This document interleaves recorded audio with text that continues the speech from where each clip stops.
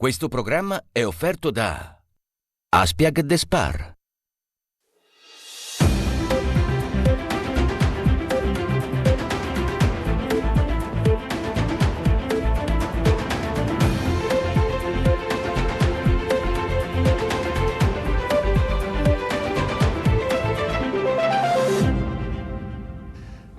Buonasera, bentrovati, Primus Inter Pares, consueto appuntamento del mercoledì, gruppo TV7, come di consueto vi ricordo siamo in diretta anche sulla pagina Facebook, quindi potete scrivere in maniera corretta ovviamente tutto quello che volete. Ospite questa sera, ed è molto importante ed è un piacere per me averla ospite, è l'assessore Elena Donazzan, assessore all'istruzione, alla formazione, al lavoro e alle pari opportunità della Regione Veneto. Mamma mia quanta roba! Sì, e non è menzionato perché nella dicitura non è, ma mi occupo anche con una delega specifica delle crisi aziendali e quindi in questa Ecco, la sì, parte... più o meno è il lavoro. Sì, comunque insomma, grazie, era lavoro. molto lungo, grazie. Noi abbiamo messo poi istruzione, però No, ho va bene, cercato, istruzione. se vuole ogni rientro la pubblicità glielo ricordo, No. così almeno... Così annoiamo tutti i nostri telespettatori. No, ma così No, almeno va bene. la Regione Veneto sa, l'assessore Donazzan, che competenze ha, che non sono poche, assessore, e tutte di una grande importanza. Come sta vivendo questo momento lei? In Ma tutte guardi, queste problematiche, guarda il titolo, l'abbiamo già messo, siamo stati cattivi. Sì. Anno nuovo, problemi Ma vecchi. guardi, l'ha sintetizzato perfettamente, perché in verità, proprio perché sono tanti anni che faccio l'assessore anche all'istruzione, io mi sono resa conto che ogni anno torniamo sui banchi tutti, perché le famiglie, perché hanno i figli, i nonni, perché devono accompagnare, gli insegnanti che sono sempre sottoposti a ulteriori stress e noi istituzioni che ce ne dobbiamo occupare, non solo con i problemi vecchi, ma con i problemi aggravati. Cambiano i ministri, diciamo da poche ore abbiamo un nuovo ministro, i proclami non si risparmiano, per cui tutti a dire ci vogliono più risorse, ci vuole, risolveremo i problemi, daremo centralità alla scuola. Questa centralità della scuola, della cultura, dell'educazione, di cui ci riempiamo tutti largamente la bocca, poi non si riscontra, e quest'anno le garantisco che è forse uno dei peggiori, poi mi sento quasi di doverlo dire ogni anno, però quest'anno abbiamo oltre 2000, in questo momento mentre noi parliamo, 2200 insegnanti di sostegno che mancano, e stiamo parlando di bambini che hanno delle certificazioni. Le faccio vedere tutto fra poco, e però la domanda mi viene ovvia: se non li risolve lei che è l'assessore alla pubblica istruzione, a chi chiedo di risolvere questi problemi? A me, deve chiederli a me, con le competenze che non mi sono date però, perché tutta la richiesta che la Regione ha fatto nel campo dell'autonomia, nell'istruzione, erano tese a risolvere questo tipo di problematiche. La programmazione delle assunzioni non è competenza della Regione, purtroppo dello Stato, eppure vediamo quanti posti vuoti, mancano gli insegnanti. La programmazione dei dirigenti scolastici, i concorsi per dirigente, anche questo non è competenza delle regioni, dello Stato, ne vediamo gli effetti. L'intera organizzazione della scuola non è nostra, purtroppo, è dello Stato, e anche qui vediamo tutte le lacune. Quindi noi abbiamo un... Lei non le voglio fare domande cattive perché... No, le faccio, mi piacciono le domande. E quindi lei cattive. cosa fa? E io che cosa faccio? Intanto ho scritto un disegno di legge, una piattaforma che poi doveva essere, il disegno di legge è stato approvato dalla Regione ed è sul sistema unitario, il sistema educativo del Veneto. È una delle leggi più all'avanguardia di tutta Italia, dove noi abbiamo messo la parità tra pubblico e privato, dove abbiamo messo che cos'è per noi il diritto allo studio, dove abbiamo e oggi rendiamo questo sistema, per le competenze che ci sono date, il più efficiente di tutta Italia, e sono i sistemi di valutazione europei che ce lo dicono. Quindi che cosa ho fatto io? Ho fatto una legge regionale che è stata approvata ed è tra le migliori d'Italia. Ho chiesto in una piattaforma portata dal presidente Zaia nel governo precedente, e oggi riproporremo all'attuale governo, dove si dice: noi vogliamo quello che Trento ha, né più né meno. Trento fa la programmazione e fa le assunzioni. Vuole l'autonomia, insomma. Voglio l'autonomia. Sì. Cosa bisogna fare? Anche lì l'autonomia è un argomento che andrebbe trattato, perché mi sa che io capisco il governatore, capisco la Lega, capisco tanti, però ho sempre avuto una convinzione mia personale. Mi credo, non sono né di sinistra, dunque non sono sicuramente partitico, che non venga mai fatta questa autonomia. Ma lo sa cosa dico magari con la mia impressione, che anche i soggetti in essere, quelli che hanno fatto, non ci credono fino in fondo, cioè dicono deve esserci, siamo d'accordo che deve esserci, credo che su 5 milioni di Veneto, 5 milioni vorrebbero l'autonomia, però chissà perché sa quelle cose che e io dentro di me sento che non verrà mai fatta. Sembra Non un so mito perché. incapacitante, diciamo così, se volendo scomodare la filosofia. Se scomodiamo la filosofia è così. È così. Io invece penso che non ci siamo mai arrivati fino in fondo, sempre per condizionamenti, ovvero alle volte abbiamo anticipato noi troppo il tempo. Poi abbiamo avuto, lei diceva 5 milioni di veneti, certamente 2 milioni e 300 mila veneti si sono recati in un giorno di pioggia. Tanti. Ecco, il 70% dei veneti aventi diritto al voto per votare sì. Abbiamo avuto un contesto ostile? Ma cosa è servito quel sì che ho votato anch'io? No, a iniziare un processo che mi permetta, è Quello l'ho molto votato articolato anch'io, e sì. molto lungo. Ma cosa è molto Guardi lungo? che, sai che cosa penso di un mito incapacitante invece in questo momento? È che quando si dice vogliamo l'autonomia è una cosa, dire faremo in fretta ad avere l'autonomia è un'altra, non è possibile. Ma per il semplice fatto che lo stesso progetto di autonomia della scuola, per citare il caso di cui stiamo parlando questa sera, lo stesso Trentino non ci ha messo più di 5 anni a portarlo a compimento e loro sono già una regione specialissima, vorrei dire specialissima. Quindi è un procedimento, io credo che sia un procedimento che oggi non può tornare indietro. Con un passaggio, aggiungendo tutto quello che dice lei, che hanno tempi diversi. Decisamente sì. Questo non è da poco. No, ed è anche vero che l'Italia, proprio perché io la amo tanto e sono una nazionalista convinta, è un termine che qualcuno dice, ah no, ma nazionalismo vuol dire una roba brutta, non me ne frega niente. Io amo la mia patria, credo che l'Italia sia la più bella nazione al mondo, No, qui credo che sia anche molto differenziata e quindi che l'autonomia legata, che per me è equivalente di responsabilità, cioè mi assumo le responsabilità che dimostro di saper gestire, che in Veneto possa essere data, certamente nella scuola, che mi permetto in Campania no. Certo, senta, prima di iniziare a parlare, ovviamente la maggior parte di questa trasmissione sarà dedicata ovviamente alla scuola e all'istruzione, perché credo che l'istruzione della scuola sia una delle cose più importanti per la crescita dei giovani. Detto questo, le faccio una domanda che così è un mio pensiero che faccio a tutti gli ospiti che ho in questa trasmissione. Io credo che con la comunicazione odierna, che è sicuramente cambiata rispetto a quello di 10, 15, 20, 30, 50 anni fa, 5 anni di legislatura siano tanti. E le spiego il perché il mio pensiero, tutti mi hanno detto che non è che dico una baggianata, e dico una volta il pensiero della gente doveva durare 5 anni perché questo era il mandato che veniva dato. Oggi da un anno all'altro, non dico ogni anno fare le elezioni perché non lo trovo abbastanza paradossale, però diminuire il tempo dei 5 magari sì, cambia, la gente cambia rapidamente, i cicli cambiano rapidamente. Vero. Ecco, secondo lei è giusto continuare così oppure andrebbe cambiato qualcosa nella nostra Costituzione dei 5 anni di permanenza ad amministrare una città, una regione, un governo? Non ho mai riflettuto attorno a questo, però mi sono costretta a riflettere su due cose che lei ha detto molto vere. La prima, si cambia molto in fretta, oggi anche i cicli economici sono molto ristretti nel tempo. La seconda però, il linguaggio della burocrazia, e il linguaggio intendo anche le prescrizioni che la burocrazia ha posto, ti impediscono di vedere i risultati di quello che fai. Cioè ci vorrebbe una programmazione decennale. Lei guardi qualsiasi grande opera, una volta che da quando viene approvata l'idea al progetto, alle sue fasi di realizzazione passano dei millenni in un tempo come questo. Allora, che cosa deve fare la politica? La politica deve avere la possibilità di programmare, di vedere la responsabilità delle cose fatte, perché sennò qualcuno verrà giudicato per una responsabilità che non è sua.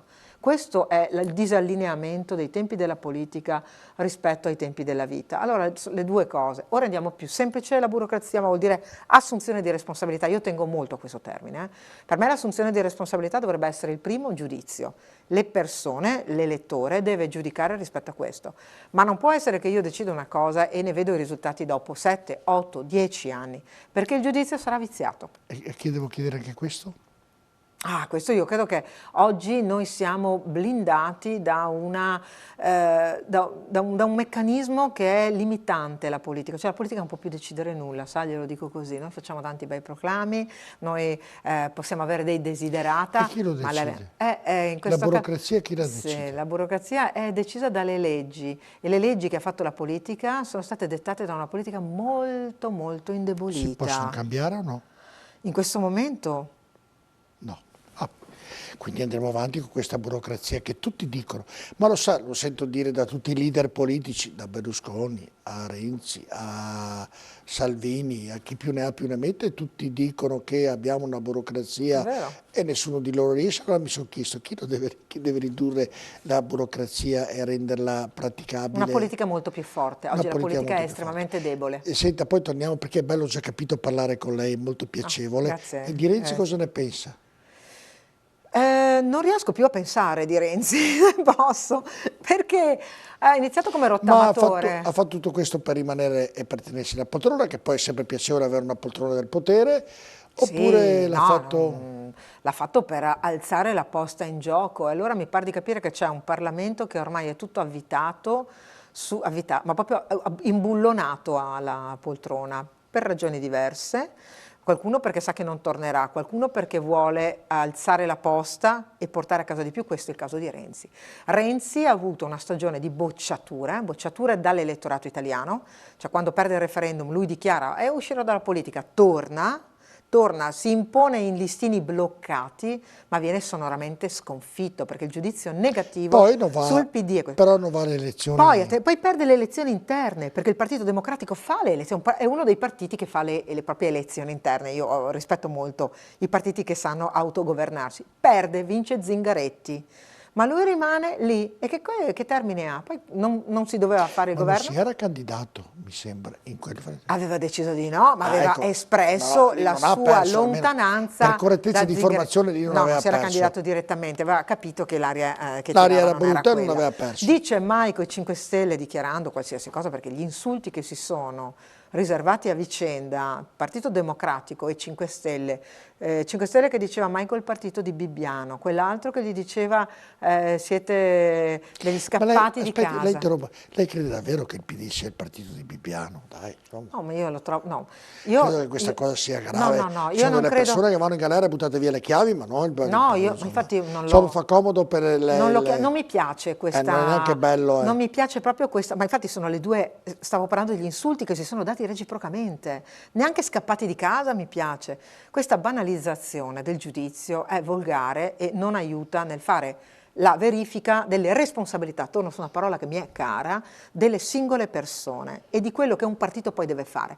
Renzi dice mai con questi, Zingaretti, poverino, aveva appena fatto una segreteria di partito dicendo mai con il 5 Stelle e poi Renzi, capovolta, spiazza tutti e dice no, però bisognerebbe andare al governo col 5 Stelle per poi qualche giorno dopo uscire dal Partito Democratico. per il È bene un dell'Italia. sabotatore. Per il bene dell'Italia. Guardi, io per il bene dell'Italia, è vero, tutti si mettono questa bella, si Sì. ammantano del bene dell'Italia. La domanda vera che ci dobbiamo fare io e lei, probabilmente lo facciamo veramente da liberi cittadini e liberi pensatori, è che non ho mai sentito parlare veramente del bene dell'Italia. Io ho sentito dire con il bene dell'Italia voglio 3 sottosegretari, voglio questo sottosegretario, voglio portare a casa questo spazio, resto lì e rimango fino alla fine del mandato perché?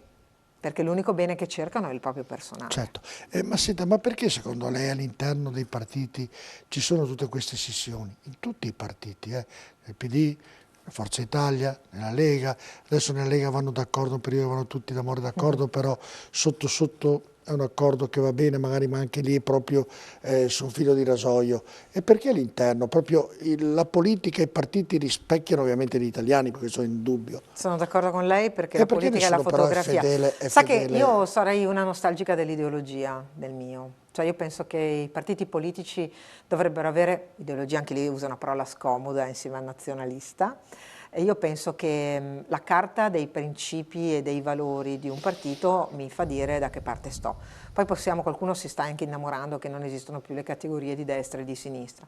Io penso che l'elettorato sia disorientato, che non riconosca più il proprio sentire, che però ha bisogni nuovi, ha bisogni nuovi. Oggi la sicurezza rispetto alla certezza della propria vita, al dover modificare il proprio assetto sociale, all'impoverimento che l'Italia sta avendo, al fatto che il ceto medio non esista più, che si sia polarizzato lo scontro. Questi sono nuovi bisogni. Come rispondono i partiti politici? Sembra quasi che siamo diventati tutti dei tecnici, cioè la soluzione sembra quasi una soluzione molto tecnica, molto poco politica. Io invece penso che la politica, che era quella che teneva insieme Io sapevo che stavo in alleanza nazionale perché credevo nella patria, nell'ordine, nella famiglia, avevo un senso religioso della vita, difendevo alcune tradizioni, ero attenta ai bisogni primari di una destra sociale, questo mi teneva insieme. Poi potevo litigare con il mio compagno di partito, compagno magari no, ma insomma di partito, però stavi lì. Altra cosa, i programmi, cioè principi che poi in politica dovrebbero declinarsi in programmi. Il programma è un impegno che tu devi presentare all'elettorato sul quale l'elettorato ti dà o non ti dà la fiducia. Programmi elettorali cambiano a seconda, ci si fanno i contratti da notte, si stracciano al mattino. La parola data non esiste più. Non voglio far sorridere chi c'è a casa, ma se non ricominciamo a guardare ai fondamentali dell'essere uomo, e con uomo intendo proprio, sono proprio un gentiluomo, una gentildonna, ma insomma in questi con le caratteristiche tipiche di una persona per bene, e in politica le spendo nello stesso modo, come faccio a chiedere la fiducia al mio elettorato? Oggi prendo i voti da una parte, li trasloco dall'altra, dico che quelli sono scappati di casa e poi ci vado a governare, dico che quell'altro sono pedofili e poi ci vado a governare. E quindi cosa bisognerebbe fare? Rendere vincolante il mandato. Ok, vabbè. È una bestemmia per i costituzionalisti. Lei è proprio autoritaria.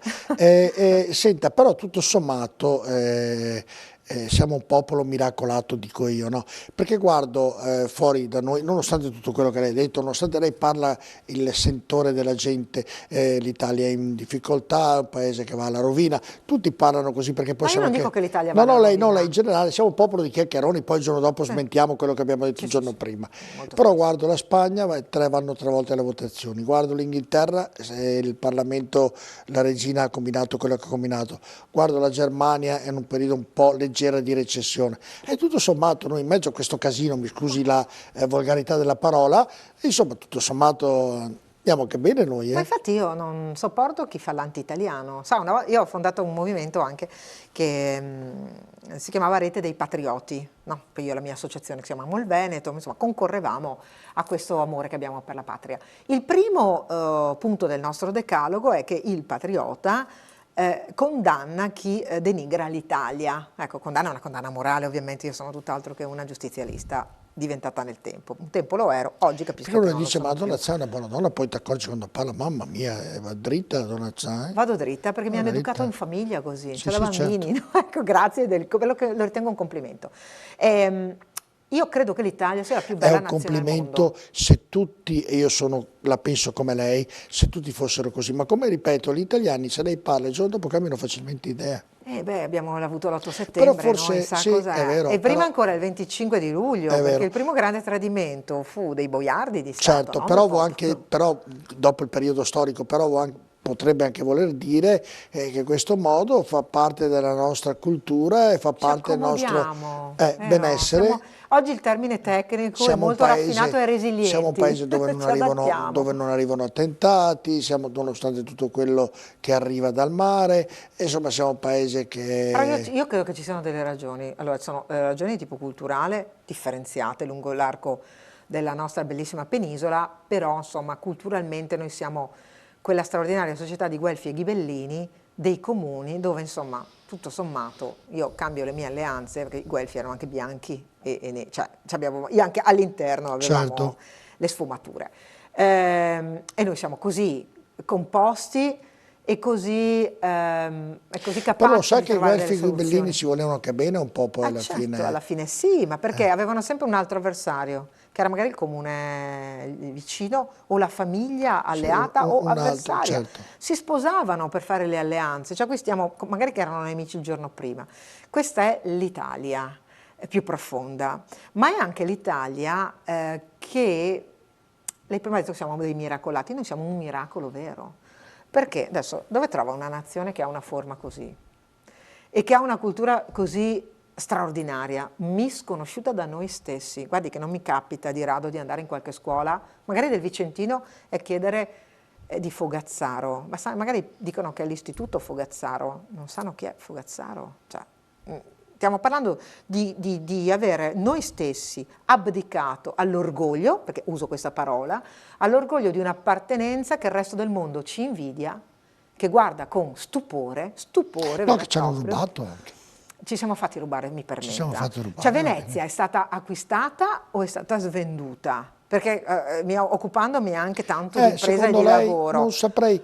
Io sono convinta di una cosa che mi è stata insegnata a casa mia, dal mio papà: non c'è niente che possa essere comprato che non sia in vendita. Cioè se io decido che quella cosa non Però è in c'è anche vendita, non la mio compro. papà mi diceva metà mondo si compra, metà si vende. Vabbè, però io non voglio vendere il mio. Lo so, però Cioè casa mia, prima di venderla, una signora istriana, certo. che quindi è stata costretta a lasciare l'Istria con i comunisti titini che li incalzavano, famiglia benestante e molto colta.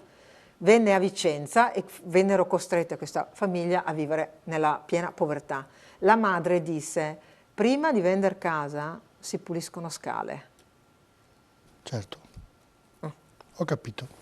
Vabbè, però delle volte, anche qui bisognerebbe addentrarci un po', però insomma delle volte ci sono anche delle necessità però che va a far sì che succeda e accada questo, anche se sono d'accordo fondamentalmente con lei, perché succede Però noi che... ci innamoriamo dei grandi sacrifici. Cioè, se lei pensa alla storia del Veneto che ci piace, la storia dell'imprenditoria che ci piace la storia di quello che lavorava nella piccola bottega, che non aveva niente, che ha studiato a non c'è più quel fatica. tempo lì. Però perché non Donat-san c'è non c'è più? più, non Non c'è è più. mica, guardi che non è mica 2000 anni È fa. cambiata, non c'è più. Qui però il problema è educativo, Non c'è permetta. Non c'è più, perché vede, se oggi delle grandi, parliamo dei grandi supermercati, via per semplificare il concetto, fatturano 2 miliardi di euro, più o meno euro più euro in meno, che sembrano, ricordo 2 miliardi di euro sono 4 mila miliardi delle vecchie lire, che sono una cifra pazzesca. Per quelle aziende è poco, è un piccolo fatturato, una piccola azienda, perché quelle aziende per diventare forti devono aumentare il fatturato, per diventare grandi, per poter poi essere ceduti alle multinazionali. E questo accadrà fra 10 anni. Invece a me piacerebbe un paese di borghi come l'Italia avere il negozietto degli alimentari all'interno del Sa paese. che secondo me stiamo tornando indietro? Me lo auguro. Anzi no, sa cos'è? Non Me l'ha stiamo detto- tornando indietro, stiamo evolvendo in un altro modo.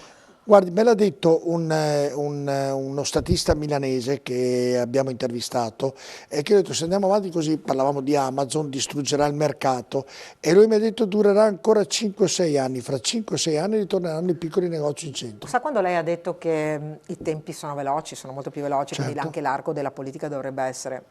No, è la vita, la comunicazione è questo. I numeri che ho io quando mi occupo di trasformazioni, quindi la delega, quella più delicata, no? Crisi. Beh, oggi io le posso restituire che la grande distribuzione sta segnando il passo.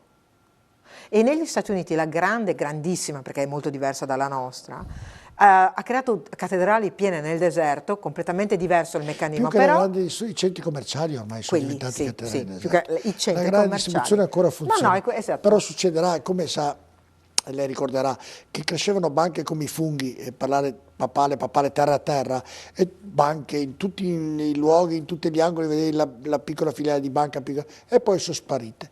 E prima o dopo quella è la torta, e quello è dove si mangia. E oggi sta poi... tornando, dopo una globalizzazione, una localizzazione, e non è solo una questione di Non ancora, gergale. però mi piacerebbe molto prima Ma di lei morire veda di tutta la vederli. fascinazione che sta attorno al Made in Italy. Secondo lei è frutto di che cosa? No, è frutto, però mi piacerebbe vederla bene, perché io ricordo, guarda, io avevo sempre, per cultura mia personale, ovviamente, se vedevo faccio un esempio che qui banale, un benzinaio piccolo e uno grande, andavo sempre a fare benzina dal piccolo.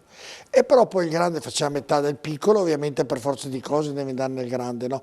E però il grande quanto potrà mantenere quel prezzo lì? e questo lo dirà il tempo.